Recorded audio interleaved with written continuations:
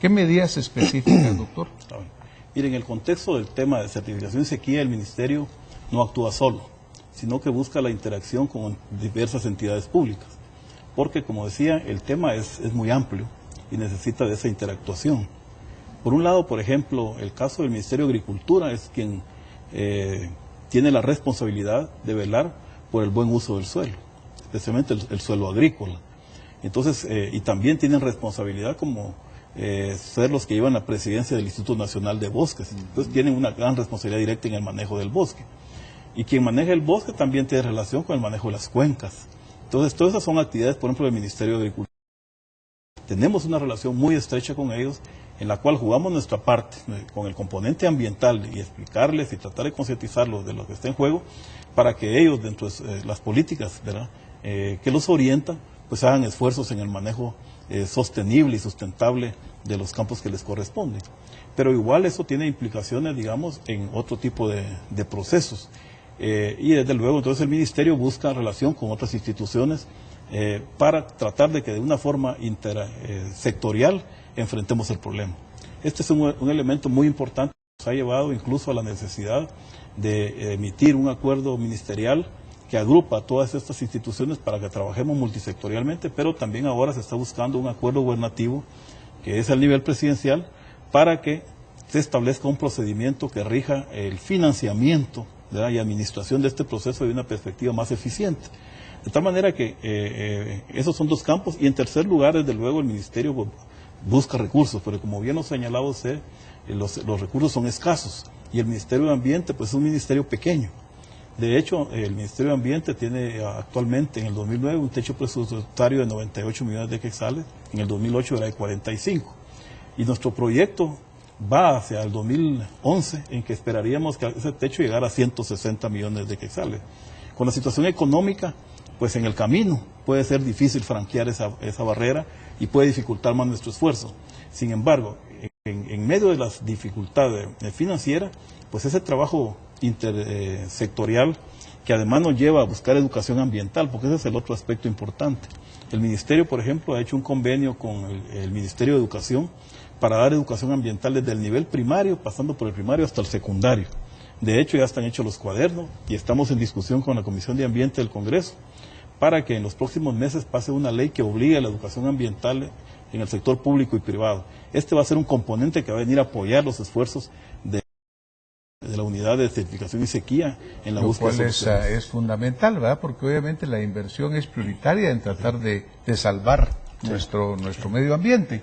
Ahora, naturalmente, por ejemplo, el señor viceministro nos comentaba el hecho de la parte de bosque, ¿no? El hecho de sembrar bosque, de tratar de estimular esto. Pero muchas tierras ya están o degradadas o prácticamente perdidas.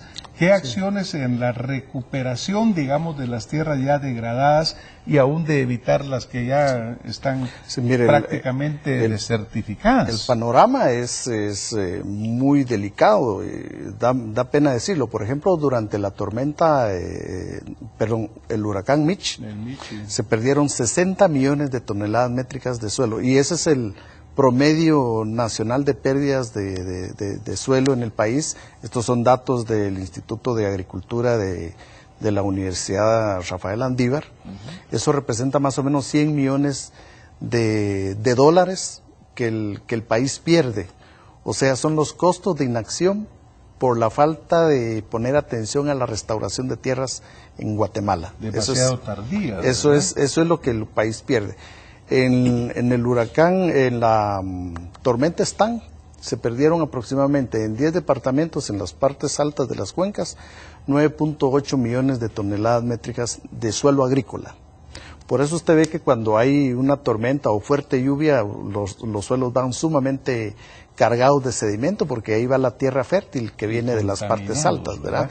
Doctor, vamos teniendo que caminar un poco rápidamente porque el tiempo aquí vuela, pero por ejemplo la parte legislativa, ¿tenemos fortaleza legal o por ejemplo hay deficiencias en nuestra legislación que permitan trabajar un poco más? Hay por ejemplo una ley de ordenamiento territorial, una ley de aguas. No, fíjese que cabalmente esa es una de nuestras debilidades.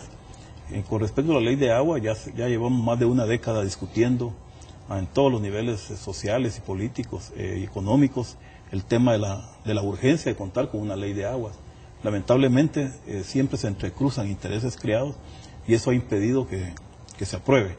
De hecho, existen iniciativas que cuentan con dictamen favorable en el Congreso y que ya debieran ser llevadas al Pleno para que al final tengamos una ley. Es penoso porque somos de los pocos países en América Latina que no tienen una ley de aguas. Eso es fundamental, Sí, un andamiaje legal. Pero lo peor es que no tenemos tampoco una ley de ordenamiento territorial. Entonces, si nosotros no carecemos de una ley de ordenamiento territorial, carecemos por lo mismo de prioridades con respecto al uso del territorio. Porque una ley de ordenamiento territorial lo que nos daría es una orientación con respecto a la vocación del territorio nacional. Si en el Petén la vocación es de tipo forestal, por ejemplo, si además su vocación es turística, porque tenemos una gran riqueza cultural ancestral allá, pues entonces definimos que el Petén lo vamos a aprovechar desde un punto de vista específico con respecto a lo que ese territorio posee como riqueza potencial. Si la costa sur pues tiene tierras agrícolas, ¿verdad?, muy ricas y con un gran potencial, pues sigámoslo utilizando para fines agrícolas y así sucesivamente. Claro, tiene que haber ese aprovechamiento en una forma integral, prioritaria, en una forma que verdaderamente no dañe, ¿no? Señor viceministro, nos vamos a tener que ir en muy poco tiempo, pero en 30 segundos, ¿qué mensaje usted le quisiera dejar a nuestra audiencia que nos mira, nos escucha? Pues tal vez el mensaje es un mensaje general que se aplica a todo el mundo, pero también a Guatemala. Y es que tenemos ya que discutir qué tipo de sociedad queremos crear. Una sociedad consumista que degrada la vida en su conjunto, empezando por la naturaleza, y que termina desestructurando la sociedad como lo estamos viendo ahorita, lleno de una inseguridad que tiene múltiples causales, y no solo de intereses creados de sectores que se organizan, digamos, para violentar las estructuras de la sociedad y del Estado. Pero por el otro, también tenemos que buscar un equilibrio entre ese consumismo y la sobrepoblación. Si seguimos poblándonos al ritmo que vamos, este país no va a alcanzar para todos y vendrá más violencia. Muchísimas gracias, doctor. Muchísimas gracias, ingeniero. Nos vamos a tener que despedir por esta noche. Yo solamente pues quisiera comentar que no es solo el país que recibimos, sino que sobre todo el país que le vamos a dejar a nuestros hijos y a nuestros nietos. El hecho de luchar por un mejor país, por un mejor futuro, es un asunto de todos los ciudadanos. Y como buen médico les podría decir que es mucha mejor la prevención que la curación.